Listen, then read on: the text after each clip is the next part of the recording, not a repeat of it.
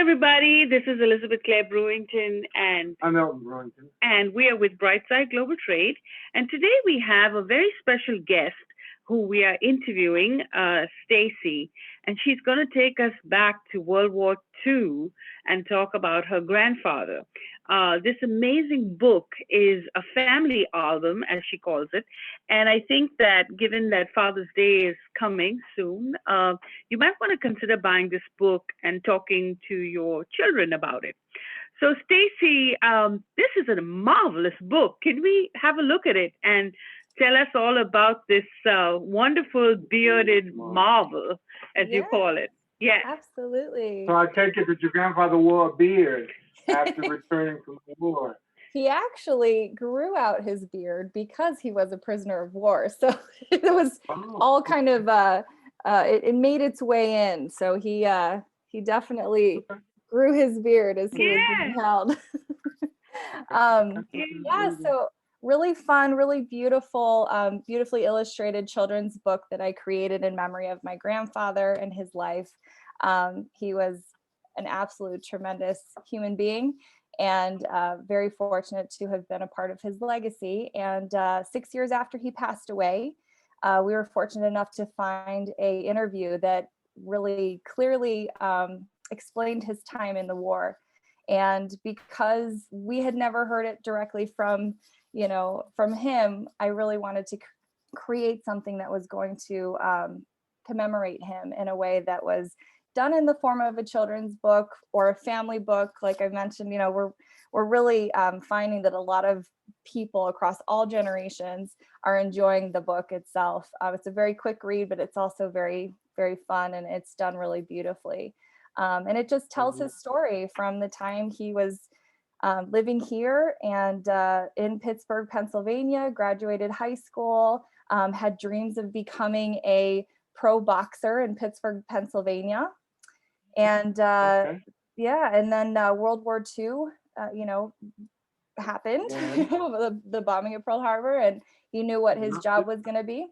And so Uh-huh. he enlisted. He actually went and enlisted and spent several years based in Italy. And they unfortunately got shot down one day and they were held prisoner for over a year. And so while he was in the prison Good. camps, he did his thing. He was a boxer. So, for a Okay. lot of entertainment, I will say, Good.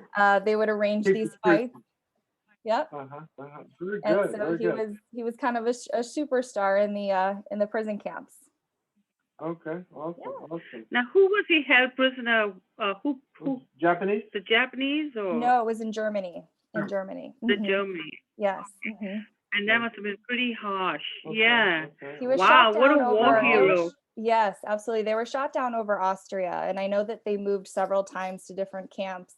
But he was held for 14 months until they actually were liberated when the war ended. So it was quite a while that he had lived there Mhm. and coped with, the Well, confines of Yeah. that imprisonment. Hmm. And sounds then it's a he tremendous came back story. to tell the story, which Mhm. is quite amazing. What a Yeah. Yeah. story! What a What story! a I mean, story. the Yeah. capturing of imprisonment and his story and thriving during that time, and what a story! Amazing, Yeah. and Yeah. you have the opportunity to collectively review and that kind of thing. Awesome! That's amazing. Yeah, I think it's Amazing. So so what is common that people, want to hide their stories when they come back. And us as the family, we wanted to know.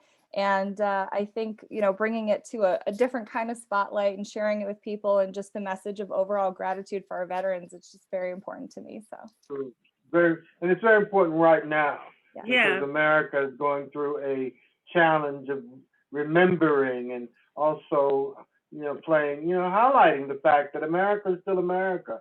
And because of the great and mighty sacrifice of people like your father, we can be proud of our heritage and where we are today. Yeah. So, Because of so the battles that kudos, kudos to he him for fought, that. we're free today. And So all the yeah. people and also the people that died on your father's airplane. I mean, we want to make sure that we recognize their loss and the families that were participating in their loss. So it's a huge commitment, a huge sacrifice. So to you and your family, and a lot to remember too, and even the fact that you took the time to write the book. Are you co-author or are you a single author? I'm a single author of it. Oh, Yeah. very good. How long did you take to put the whole book together?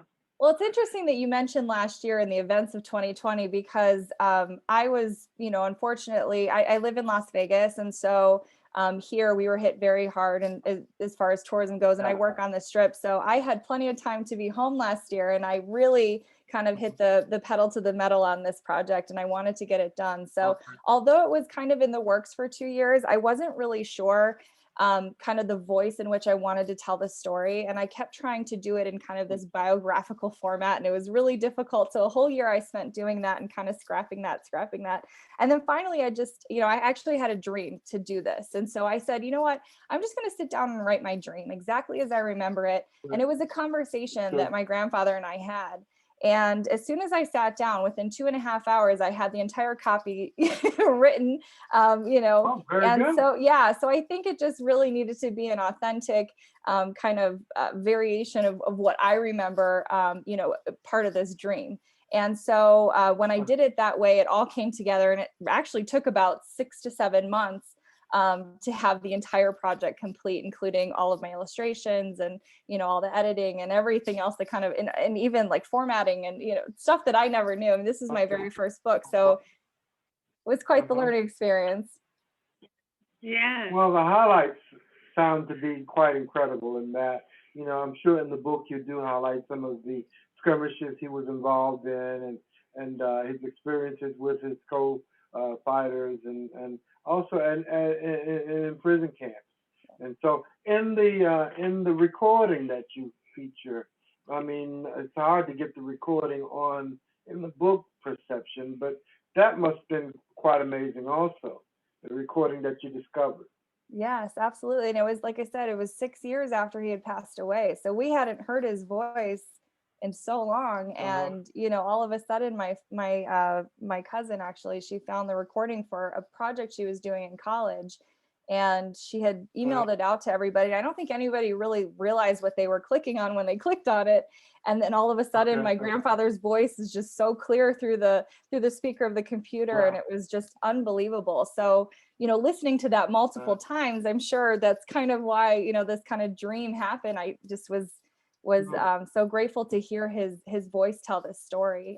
We only knew bits and pieces growing up because it was a very difficult subject.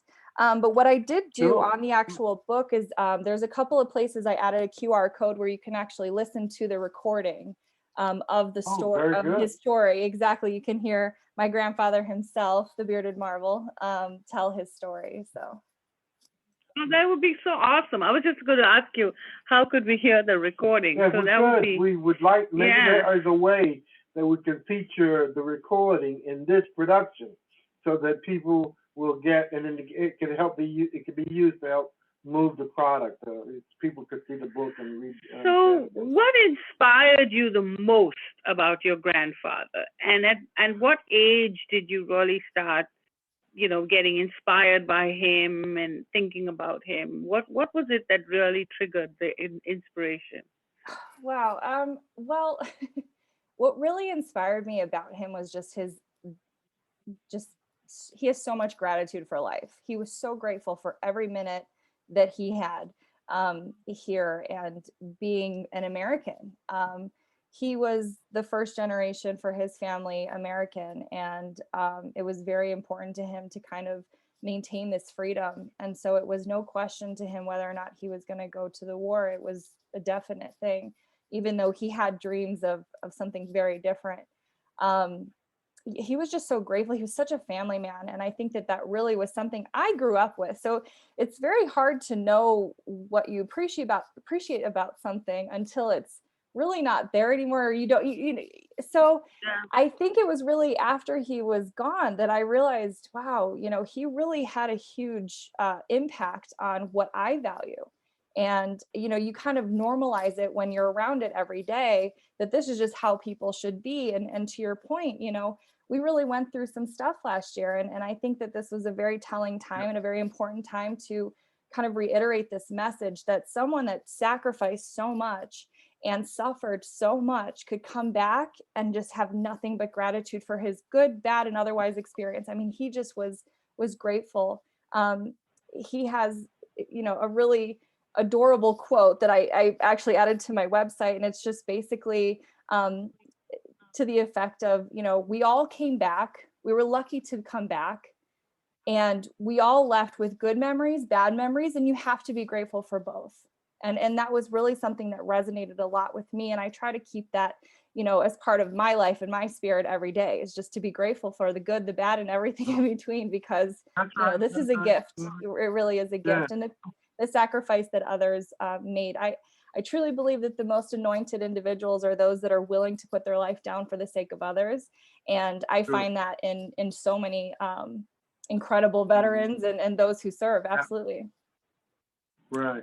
So, I mean, I get what you're saying. I mean, his gratitude should be our gratitude in terms of the gratefulness in his life and his experiences, and so what an amazing time and experiences. But you have siblings that, that share in that gratitude that way, or is it just you? Absolutely. We have many cousins on that side of the family. My father actually served in the Vietnam War. My husband's father, he also served in the Vietnam War. So we have a lot of very long lineage of military in our family. And I think that extreme level of appreciation and gratitude for all of our freedoms, runs pretty, relevant in everyone's lives in my family, for sure. So it's just nice to be able to bring kind of a different sort of spotlight, it just. That's true, but even the readers of your book, young children, you never know which ones of those will grow up to serve. Absolutely. And, the attitude in this story could captivate their interest and also their, service capacity. It's so an amazing generational benefit or compliment. Yeah. So I got to give you credit for that. What a great idea. Thank you. And I think, as you put it, this is a family album, and it's a great treat for a whole family to read a book together. So this book is now available everywhere, and just show it to us again. And I highly, highly encourage that you get your copy. Father's Day is around the corner, and this would make a perfect gift.